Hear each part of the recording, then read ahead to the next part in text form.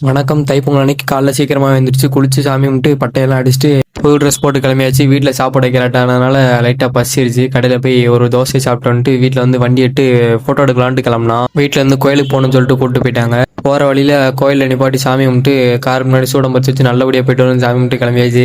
போகிற வழியில தான் நாங்கள் அச்சங்கோயில் போகிறோன்னே தெரிஞ்சு. அடுத்து போயிட்டு இருக்கும்போது கடைநல்லூர் தாண்டி எல்லாருக்கும் பசிக்க ஆரம்பிச்சிச்சு. சரின்ட்டு ஒரு கோயிலை நிப்பாட்டி சாப்பிட்லான்னு பார்த்தா இலை கூட எட்டு வரல, இலை தட்டி எதுவுமே கொண்டு வரல. அப்புறம் தேக்கலை பிடுங்கி சாப்பிட்டாச்சு. 2 இட்லியே சாப்பிட்டு அங்கேருந்து கிளம்பியாச்சு. சாப்பிட்ட இடத்துல இருந்து 1 மணி நேரத்துலேயே நாங்கள் அந்த ஃபாரஸ்ட் ஸ்டேஷன் கிட்ட போயிட்டோம். டேனிங் கிட்ட எல்லாம் ஏத்தமா இருந்துச்சு.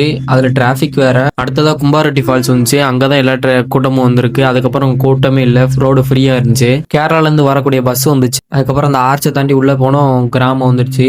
கடைசி அச்சவங்கள் வந்தாச்சு. வண்டியை பார்க் பண்ணலான்னு போனா அங்கேயே இடம் இல்லை. அதுக்கப்புறம் எங்கிட்ட சுத்தி வந்து கோயிலுக்கு சைட்ல இடம் கிடந்துச்சு. அங்கனக்குள்ள நிப்பாட்டி கோயிலுக்கு வந்தாச்சு.